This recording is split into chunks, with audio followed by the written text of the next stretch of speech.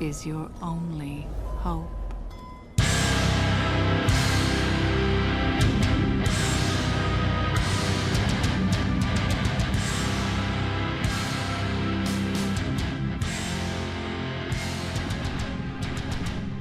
What's up, Magic players? Skott here with MTG Mind Games, and today I've got a treat for you Standard players. Eldritch Moon is upon us, and we put together a mono black deck that would make the undead want to wake up and raid your fridge. What is that? Brainload? Anyway, I know what a lot of you newer Magic players are thinking. Isn't black supposed to be all about vampires? My brother has this sweet vampire deck, bro. No! We don't care about your brother's stupid vampire deck. Today we're embracing the darkness just like Liliana taught us to. That means zombies, kill spells, Liliana, reanimation, graveyard, monsters, demons, and yeah, sure, we'll throw a vampire in, but only one. No, not him. Yeah, that's the one. Well, this video was originally going to be an ode to just how awesome Liliana is, and well, she is pretty awesome. Here, and here, she inspires cosplayers, and oh look, here she is as big as the moon. Also being awesome here, with various likenesses depicted here, and here. Of course, we couldn't forget Steve's version, and the newest Thug Life version. Wait, Thug Life version?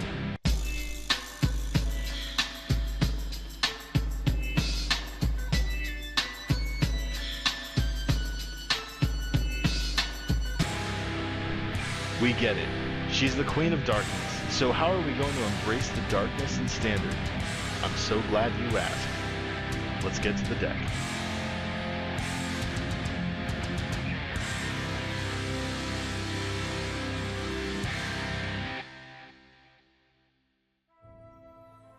First we start off with our creatures. We play a handful of new cards from Eldritch Moon in this deck, and first we start with Cryptbreaker. This is the one drop we didn't know we never knew we needed. What? With so much interaction, this zombie is the throwback to old school Onslaught Tribal, giving us just the push we need to be able to draw cards into our bombs. Teamed up with Relentless Dead and Fleshbag Marauder, we've got draw power, reanimation, edict effects, and it all wraps up into a nice rotten ball of zombie goodness. It's almost like we were only meant to play with these cards for 3 months or something. The Heretical healer will transform very easily, producing a zombie to add to the count of 3 needed to start drawing from Cryptbreaker. Add the fact that Liliana herself can bring back the Marauder for an edict effect or any other late game bomb, and it's a solid package. Now we also run Mindwrack Demon. This guy is ready to fill your graveyard with more bodies to bring back, as well as speed you toward Delirium. A 4/5 flyer that survives Languish is also nothing to mess around with. Kalitas finishes out the mono black creatures because I guess we'll play him.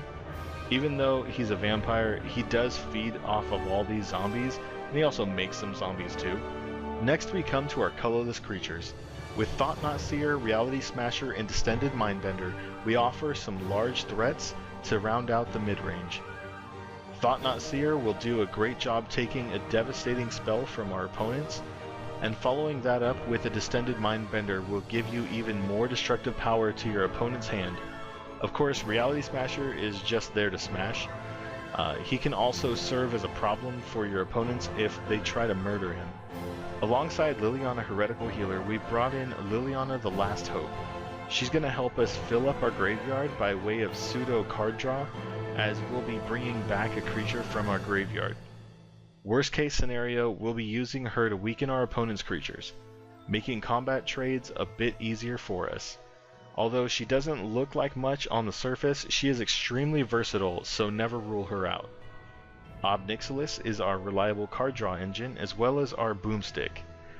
Oftentimes, it's right to just drop him and blow something up, then draw a card and go boom to another of our opponent's creatures. But that's at your own risk. The walkers are pretty much just beautiful in the deck. Next we have our spells. We run some early game interaction with Whispers of Emrakul. This card gets better since we can turn on Delirium very quickly in this deck. Your opponent will often be discarding 2 cards at random, and Hymn to Torok is great in Standard. Also in that 2-drop slot we have Grasp of Darkness, as our solid removal spell against obvious things in the format like Archangel Avacyn, as well as all sorts of dumb things like pre-6 land Sylvan Advocate, Gisela, opposing Kalitas, Thalia, Grim Flayer, Ulrich, Heron's Grace Champion, Spell Queller, Hanwire Garrison, and tons more. A few newer cards like Oath of Liliana and Dark Salvation will give us some removal. Teamed up with providing zombies in one way or another, late game a Dark Salvation can really be a backbreaking game ender to either team up with Cryptbreaker to draw cards, feed a Kalitas, or just add to the number of zombies you control and give your opponent's bomb some good old-fashioned Black Death in -1/-1. We play 8 Planeswalkers in this deck, so our Oath should trigger at least 2 to 3 times in the course of the game, and that's more than effective enough to warrant the spot in the deck. Rise from the Grave will help us bring back a big fatty from either our graveyard or your opponent's, and makes that creature a zombie in addition to its types, which is just what we need to synergize with our zombie shenanigans. Finally, Languish is really just a necessary evil in this current meta, since we do expect our Kalitas to be growing, our Mindwrack Demon, Reality Smasher, and Distended Mindbender to be large enough to live through a Languish. We're okay blowing up the board in many cases just to ruin our opponent's board state. Oftentimes we can recuperate faster very easily with a Relentless Dead in play or in our hand. We run 24 lands in this deck, many of which are basic swamps. The mana base is very affordable for this deck, with most of the money going into Westvale Abbey. We oftentimes will reach 5 creatures so quickly if the stars align and you can summon Ormondal. Sometimes it's the right call. Other times it will still be very helpful to keep your colorless mana available to reliably cast a turn 4 Thought-Knot Seer or Reality Smasher on turn 5. For this we run a handful of colorless producing lands, with the strangest being Warped Landscape. While Evolving Wilds is still in the format, Warped Landscape thankfully comes into the battlefield untapped and immediately can produce mana. Similar to Geier Sanitarium, with a 2 mana activation, the Warped Landscape can fetch us a swamp to be a reliable mana source on color. Caves of Koilos is our dual land of choice, as it enters the battlefield untapped and can tap for diamond or black mana. While we recognize that you can play either Llanowar Wastes or Cave of Koilos, I prefer my opponent to feel that I'm playing possibly white cards. I know this is kind of dumb, but I like to strike the fear in them. They might think I have Sorin, Hallowed Moonlight, Declaration in Stone, or other great white cards in game 1.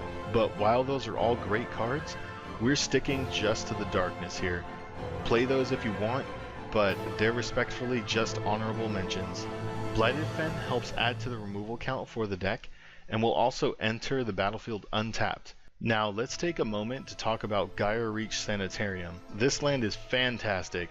Despite the off chance that your opponent may be playing a Madness deck, the amount of times this card overperformed in the late game during testing is just insane. I would highly suggest picking up at least your playset of this card soon. Legendary lands don't come around very often anymore, and in Eldritch Moon, Wizards is doing some things they haven't done in a long time. Make sure you pick up on all that. Now those are the cards in the main deck. Let's take a look at the suggested sideboard and show you the list we have. With the sideboard, we're utilizing some spots to fix some gaps in the main deck. Extra Kalitas and Lilianas in the sideboard should come in to shore up that mid-range and white-red matchup.